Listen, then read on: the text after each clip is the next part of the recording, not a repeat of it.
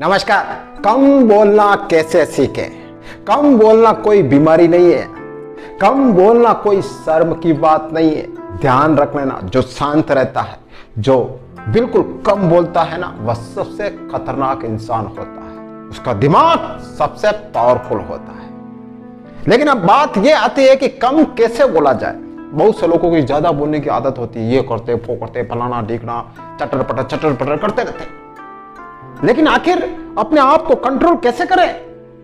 अपने आप को उस वातावरण में कैसे डालें कि कम बोला जाए? कम कैसे बोलना होता है ये देख लो। सबसे पहले नंबर 1, सुनने की प्रैक्टिस करो। ध्यान रखो, ज्यादा सुनो, बिल्कुल ज्यादा सुनो। जितना ज्यादा सुनोगे आपके कम बोलने की प्रैक्टिस होती जाएगी। कोई कुछ भी बोलने की कोशिश कर रहा है, आप बोलो मत, चुपचाप पहले उसे बोलने दो, फिर सुनो और फिर जो भी आपको बोलना है वो बोलो।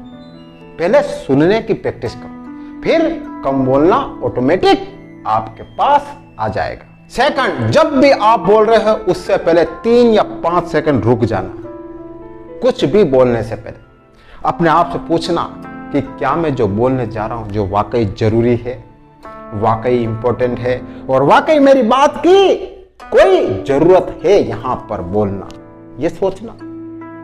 वरना बहुत से लोग जरूरत नहीं होती है फिर भी बोलते रहते हैं, उनकी बात की कोई वैल्यू नहीं होती है फिर भी बोलते रहते हैं। अरे क्यों बोलना जब आपकी बात की वैल्यू नहीं है, जब आपकी कहीं पर भी इज्जत नहीं है तो क्यों बोलना? नहीं बोलना। क्या कोई जबरदस्ती आपको बोला रहा है? नहीं बोला रहा है, फिर भी आप बोलते हो। अरे क्यों? स्टॉप हो जाओ। हाँ, कोई कहे आपको कि यार अब आप इस विषय पर बोलो, आप भी कुछ बोलो, तो फिर बोलो ना। फालतू में अपनी एनर्जी वेस्ट क्यों करते हो? थर्ड, इस बात का विशेष ध्यान रख लेना, हर बात पर प्रतिक्रिया देना जरूरी नहीं है।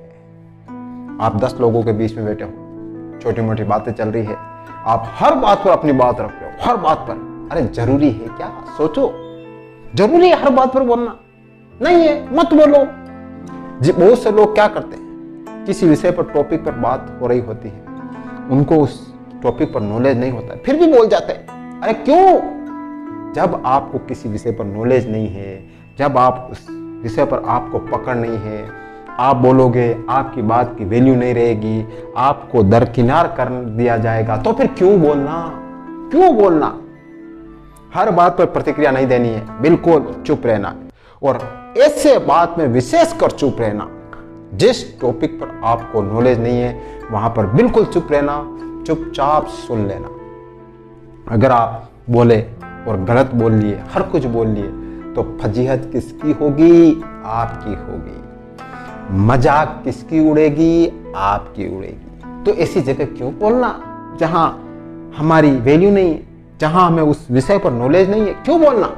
नहीं बोलना। नेक्स्ट, अपने वाक्यों को छोटा रखना।